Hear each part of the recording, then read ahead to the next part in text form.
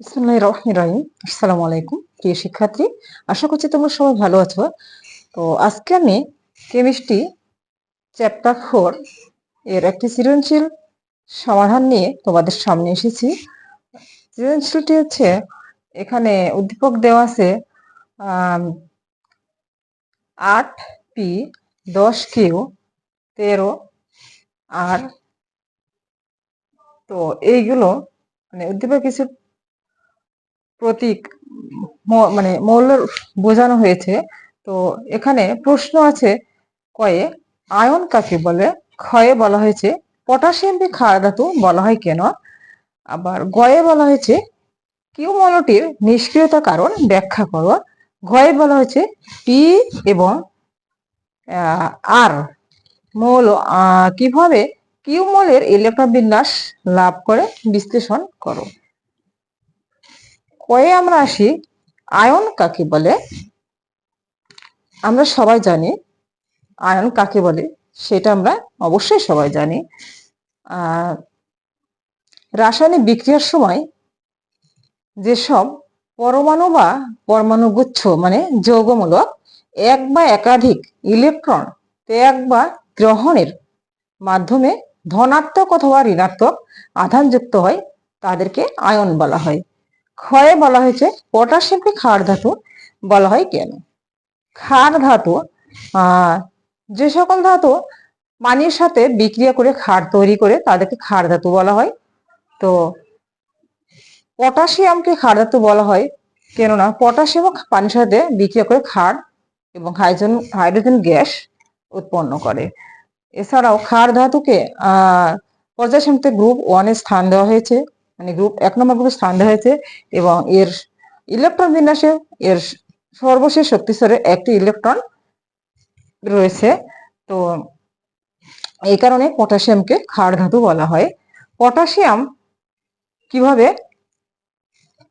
বিক্রিয়া করে ক্ষার এবং পানি উৎপন্ন করে, যেমন পটাশিয়াম কি করে পানির সাথে বিক্রিয়া করে H2 এর সাথে বিক্রিয়া করে পটাশিয়াম হাইড্রোক্সাইড এবং হাইড্রোজেন গ্যাস। আমরা যদি সমতাকরণ করি তাহলে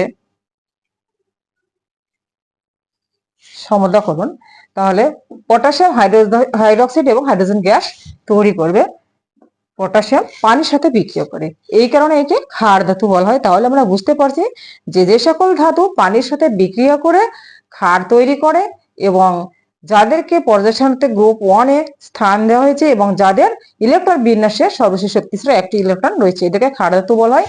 পটাশিয়ামের ক্ষেত্রেও ঠিক এটাই ঘটেছে, এই কারণে পটাশিয়ামকে ক্ষার ধাতু বলা হয়।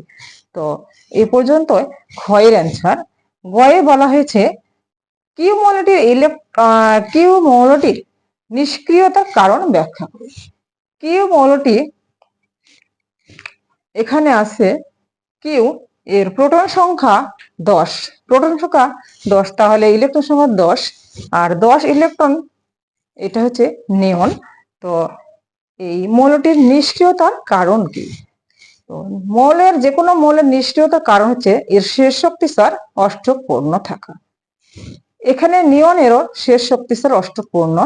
তো এই মৌলগুলো নিষ্ক্রিয় এবং এরা যথেষ্ট স্থিতিশীল হয়, এরা সহজে কোনো বিক্রিয়ায় অংশগ্রহণ করে না। আমরা যদি ইলেকট্রন বিন্যাস করতে দেখতে চাই, ইলেকট্রন বিন্যাস করে দেখি, তাহলে আমরা কি দেখব? গয়ের অ্যান্সার, ইলেকট্রন বিন্যাস নিয়ন 1s2 2s2 2p6, অর্থাৎ শেষ শক্তি স্তর এইটা। এখানে 6 2 8 8টা ইলেকট্রন, তার মানে নিয়নের শেষ শক্তি স্তর অষ্টক পূর্ণ। তাহলে এর নিষ্ক্রিয়তার কারণ হচ্ছে এর শেষ শক্তি স্তর অষ্টক পূর্ণ, এরা হচ্ছে যথেষ্ট স্থিতিশীল এবং এরা সহজে কোনো বিক্রিয়ায় অংশগ্রহণ করে না। তো এই মৌলগুলো ইলেকট্রন মানে স্থিতিশীল হয়, ইলেকট্রন আদান প্রদান বা গ্রহণের মাধ্যমে কোনো অণু বা যৌগ গঠন করে না। আর এর দেখতেই পাচ্ছি শেষ শক্তি অষ্টক পূর্ণ, আর এই কারণে এরা নিষ্ক্রিয়, মানে এদেরকে নিষ্ক্রিয় মৌল বলা হয়ে থাকে। ঘয়ে বলা হয়েছে পি এবং আর মৌল কিভাবে কিউ মৌলের ইলেকট্রন বিন্যাস অর্জন করে। পি এবং আর মৌলটি যথাক্রমে 8 এবং 13। 8 পারমাণবিক সংখ্যা মৌল হচ্ছে অক্সিজেন এবং 13 হচ্ছে অ্যালুমিনিয়াম। যদি আমরা ইলেকট্রন বিন্যাস করি তাহলে আমরা ইলেকট্রন বিন্যাস করলে যেমন 8 অক্সিজেন, তাহলে অক্সিজেন কি হবে 1s2 2s2 2p6। এখানে শেষ শক্তি স্তর হচ্ছে 6, এখানে 8 4, এখানে 4 হবে 1s2 2s2 2p4। কেননা অক্সিজেন 8, অক্সিজেন 8। এবার যদি আমরা কিউ এর মানে 10 নিয়ন ইলেকট্রন বিন্যাস করি তাহলে নিয়ন কি হবে 1s2 2s2 2p6, 6 আর 10 নিয়ন 10। যদি আমরা অ্যালুমিনিয়াম এর ইলেকট্রন বিন্যাস করি তাহলে 1s2 2s2 2p6 10, 1s2s 2p 3s,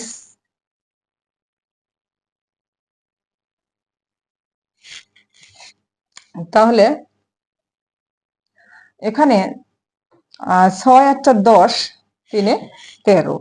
তো এখানে হচ্ছে নিয়নের সর্বশেষ শক্তি স্তর মানে 2s 2p, এটাতে 8টা ইলেকট্রন, এটা হচ্ছে নিষ্ক্রিয় মৌল। এখানে শেষ শক্তি স্তরে 6টা ইলেকট্রন অক্সিজেন এবং অ্যালুমিনিয়াম এর শেষ শক্তি স্তরে 3টি ইলেকট্রন আছে। তাহলে এখানে বলা হয়েছে পি এবং আর মৌল কিভাবে মৌলের ইলেকট্রন বিন্যাস কিভাবে কিউ মৌলের ইলেকট্রন বিন্যাস লাভ করে। এখানে কিউ মানে নিয়ন, নিষ্ক্রিয় মৌল, কিভাবে এই অক্সিজেন এবং অ্যালুমিনিয়াম এর ইলেকট্রন বিন্যাস লাভ করে। আচ্ছা, তাহলে এবার বলা যাক অক্সিজেনের শেষ শক্তি স্তরে ইলেকট্রন আছে 6টি। এর হচ্ছে অষ্টক পূরণের জন্য আরো 2টি ইলেকট্রন দরকার। তো অক্সিজেন কি করবে, অন্য কোনো পরমাণুর কাছ থেকে 2টি ইলেকট্রন ধার নিয়ে অক্সিজেন 2- আয়নে পরিণত হবে। অর্থাৎ অক্সিজেন কি করবে, অক্সিজেন হচ্ছে কারো কাছ থেকে 2টি ইলেকট্রন নিয়ে অক্সিজেন 2- আয়নে পরিণত হবে, মানে অষ্টক পূর্ণ করবে। এটা হচ্ছে অষ্টক পূর্ণ করে নিষ্ক্রিয়তা গ্যাসের ইলেকট্রন বিন্যাস মানে নিষ্ক্রিয় গ্যাসের ইলেকট্রন বিন্যাস অর্জন করবে। কেননা এর শেষ শক্তি স্তরে 2টি ইলেকট্রন কম আসছে, তাই জন্য এর অষ্টক পূরণের জন্য 2টি ইলেকট্রন দরকার। কিন্তু অ্যালুমিনিয়াম কি করবে, অ্যালুমিনিয়াম শেষ শক্তি স্তরে 3টি ইলেকট্রন, এর অষ্টক পূরণের জন্য দরকার আরো 5টি ইলেকট্রন। কিন্তু আমরা জানি 5টি ইলেকট্রন ধার নেওয়া অসম্ভব, এই কারণে অ্যালুমিনিয়াম কি করবে, এর শেষ শক্তি স্তরে 3টি ইলেকট্রন ত্যাগ করবে, কাউকে দিয়ে দিবে, দিয়ে এ অষ্টপূর্ণ মানে নিষ্ক্রিয় গ্যাসের ইলেকট্রন বিন্যাস অর্জন করবে। অ্যালুমিনিয়াম কি করবে, অ্যালুমিনিয়াম 3টি ইলেকট্রন দিয়ে কি হবে, অ্যালুমিনিয়াম 3+ ধনাত্মক আয়নে পরিণত হবে। এভাবে অ্যালুমিনিয়াম নিষ্ক্রিয় গ্যাসের ইলেকট্রন বিন্যাস অর্জন করবে। তাহলে আমরা বুঝতেই পারছি পি এবং আর মৌল কিভাবে কিউ মৌলের ইলেকট্রন বিন্যাস লাভ করে। পি এবং আর মৌলটি কি সেগুলো আমরা বের করব, এবং সেই মৌলগুলো আসলে ইলেকট্রন গ্রহণ করে অষ্টক পূর্ণ করবে কিনা বর্জন করি সেইগুলো আমরা বুঝবো, তারপর আমরা বর্ণনা লিখবো। এটুকুই আর কি। এখানে আমরা দেখতেই পাচ্ছি যে অক্সিজেন ইলেকট্রনের শেষ শক্তি স্তরে 6টি, এর 2টি ইলেকট্রন দরকার এবং এটা আরো সত্য যে অক্সিজেন একটা অধাতু, অক্সিজেন অধাতু ইলেকট্রন গ্রহণ করে, অ্যালুমিনিয়াম ধাতু ধাতু ইলেকট্রন ত্যাগ করে। এছাড়া একটি দুইটি তিনটি ইলেকট্রন ধার নেওয়া যায়, কিন্তু তার এই 5টি 7টি 6টি এতগুলো ইলেকট্রন ধার নেওয়া যায় না, যার কারণে কি করছে ধাতু এই 3টি ইলেকট্রন ত্যাগ করছে।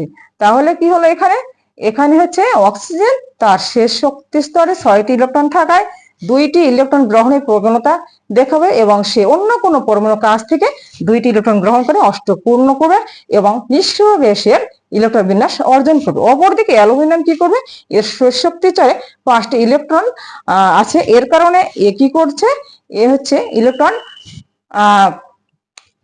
এর ইলেকট্রন কি করবে ত্যাগের প্রবণতা, কেননা 3টি ইলেকট্রন আছে, এর দরকার আরো 5টি ইলেকট্রন, কিন্তু 5টি ইলেকট্রন ধার নেওয়া অসম্ভব। এই কারণে এ কি করবে, সে শীর্ষ শক্তি স্তরে 3টি ইলেকট্রন ত্যাগ করবে, ত্যাগ করে সে কি করবে অষ্টক পূর্ণ করবে এবং নিষ্ক্রিয় গ্যাসে ইলেকট্রন বিন্যাস অর্জন করবে। এভাবেই কিউ মৌলের পিও আর মৌল কিউ মৌলের ইলেকট্রন বিন্যাস অর্জন করবে। আশা করছি তোমরা বুঝতে পেরেছো, সিম্পল একটি ব্যাপার। তো এই পর্যন্ত